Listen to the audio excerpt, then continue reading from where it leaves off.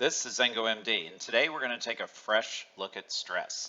Now, my goal is not to stress you out, but hopefully at the end of this 10 minutes, you'll never look at stress the same way again. And at the end of that 10 minutes, you will have spent 10 more minutes than most healthcare professionals do thinking about stress during their workday today. Well, the concept of stress has never been an essential part of mainstream medicine. The first person to note the concept of stress was Hans Selye in 1936, when he defined stress as the nonspecific response of the body to any demand. Now that's worth getting your face on a stamp 80 years later, right? Well, Selye noticed that many of the people he met in medical school looked and felt sick but had no disease, so therefore the cause could only be labeled as stress. Selye even went on to write a best-selling book titled The Stress of Life in the 1950s, and was also a Nobel Prize finalist. Well, wow, Selye really nailed it, and the medical establishment, now over 80 years later, is still not taking stress seriously. It is not considered a disease, and mainstream medicine is structured around FDA-approved drugs that require a disease to treat. And there is no simple test for stress or an FDA-approved drug to treat stress. So mainstream medicine ignores something that is a commonly accepted cause of symptoms. We don't even have a bunch of diagnosis codes for stress, just sad little F43, and even that won't get many office visits paid for unless there's some other diagnosis code that explains the stress, like maybe sucked into a jet engine. Now that's stressful. We got 4 codes for that one. The vast majority of medical research has been done on acute, sudden stressors. Did your house catch fire while you were sleeping last night? And how many of you were stared down by a bear on a regular basis? If so, we know exactly what your body's initial reaction is and have for a long time. But very little research has been done on the less sudden but more prolonged stressors seen in 21st century life. Our stressors are different. They're not sudden and unexpected, and we can't run away from them. But what if our body reacts as if the bear is there stalking us daily or our house is constantly on fire? Resolution of stress and understanding of non-traditional stress inputs is not well studied. And isn't that what matters most? Well, here's a little test. I want you to think of your top 4 stressors over the past few months. I want to know the ones that pop into your head first. They are your most conscious stressors. Are you ready? Now I'm going to guess what you said, even though we probably never met. I will guess that in your top 4 is your family, your job environment, like your boss or your coworkers or maybe your job security, and of course money are likely represented on that list, because these typically top the list of self-identified conscious stressors for decades. These are the devil you know. Now let's think about the devil you don't know, the less appreciated subconscious stressors. All of these may impact your health over the long term, but few are appreciated as significant health risks. Sleep deprivation, that would be less than 7.5 hours a night for adults, 8 hours for college students, and 9 hours for high school students. Prescription drugs. I mean, not every drug we're taking is 100% benefit and no risk. For many, there are trade-offs. Think antidepressants and sleeping pills, maybe. Well, the industry calls these side effects. I call them stressors. Non-prescription drugs like caffeine, the world's most abused non-prescription drug. Processed food, with the sugar spikes and added fat that come standard with these foods. Food intolerance to some of the ingredients of those foods, mainly wheat and dairy. Inflammation, in this case the GI tract, often brought on by wheat and dairy. And the GI tract just happens to be the largest sensory surface to the body, therefore it has the most inputs to the brain.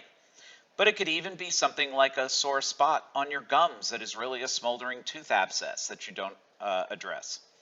Environmental toxins, environmental allergies, chronic disease. Of course, if you have cancer or lupus, that's obvious. But how about the ones you might not know you have, like hypothyroidism, or long-standing menopausal imbalances that start years, even a decade before periods end? We really focus our practice on these 2 since they're so common.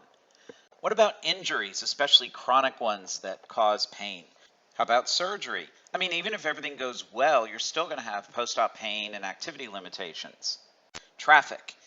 And don't forget dehydration. People who start their day with coffee and tea and don't drink any water before noon could definitely be in this group. And a lot of people don't drink water unless they're thirsty, and that's often late in the day. And of course, chronic pain. Even positive events like these, holidays, vacations, weddings, life milestones like graduations and a new home can be stressful and negatively impact your body. even if you feel like it's a positive occurrence in your life. It all depends on the situation, and it's hard for you or someone trying to treat you to know with certainty which of these events is a positive or a negative on your system. See, you don't decide what is stressful or not. It is up to the most primitive areas of the brain, which convert perception of an event into a negative response by your body. Well, now it's time to bring in the chopped up body. And let's start by triggering one of these stressful events. See, any of these things we just mentioned can trigger the stress response without much of any input from here, the cerebral cortex, where reason and thought prevails. The initiation of the stress does not typically have much reason. Instead, stress begins here, the most primitive part of the brain with no input from higher thought. This triggers a direct nervous system response plus release of epinephrine from the adrenals called the sympathetic nervous system, or SNS. This response, better known as fight or flight, takes under a second to trigger. It raises heart rate and constricts blood vessels to increase circulation to our working muscles so we can run, fight, and hopefully survive. It is a reactionary response designed to support immediate physical activity. This is then followed by a second hormonal response involving the brain and adrenals called the HPA axis, which stands for hypothalamic pituitary, the two regulation centers deep in the brain, that use endocrine factors in the bloodstream to then cause the adrenal to secrete cortisol. This leads to an effect on brain waves and alertness and allows for sugar reserves to be released from the liver. Oh, and if you happen to be starting med school tomorrow, here's a tip. On a test, when in doubt, answer the liver. You're welcome.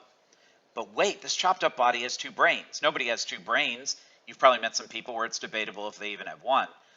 The presence of cortisol should then self-regulate and even shut down the HPA response due to negative feedback. So there really is only one brain, but this response should limit the brain's continuation of the stress. But this regulation of the stress response over time is less well understood, and it forms the very foundation of stress mitigation in bioidentical medicine, like at my practice.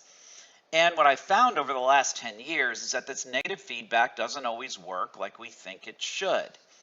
We know the stress triggers better than we know about resolution. Now, one would think that exercise should be the ultimate shutdown event for the stress response. I mean, if physical exertion kicks in soon after a stressful event triggers, then you can convince the brain that you killed or escaped from the predator, right? Therefore, everyone should go out and run a mile to eliminate their stress response. Well, it's not that easy. For most people, it helps. But for this guy, a mile is like walking from his bed to the bathroom each morning. And for this guy who didn't stretch and has the wrong shoes, his run increased his stress with the pain and inflammation from that injury. So even the most agreeable solution for stress still does not always do the job. One person's stress reliever could be another person's stressor. And what happens when you reward your effort with this concoction of sugar, chocolate, caffeine, and dairy afterwards? Well, replacing one stressor with another is a common trade-off in everyday life that most people don't fully realize they're doing. Therefore, we learn three things. Stress is a real factor behind your symptoms. Stress is hard to quantify and even harder to predictably relieve. Yet on this channel, we'll help you figure out how to manage stress and to benefit from it. So stay tuned, subscribe to our channel, and follow us on these other platforms. Now get out of here, you bum. Hopefully that didn't stress you too much. If it did, you need to watch more of our videos on this channel. Bye-bye.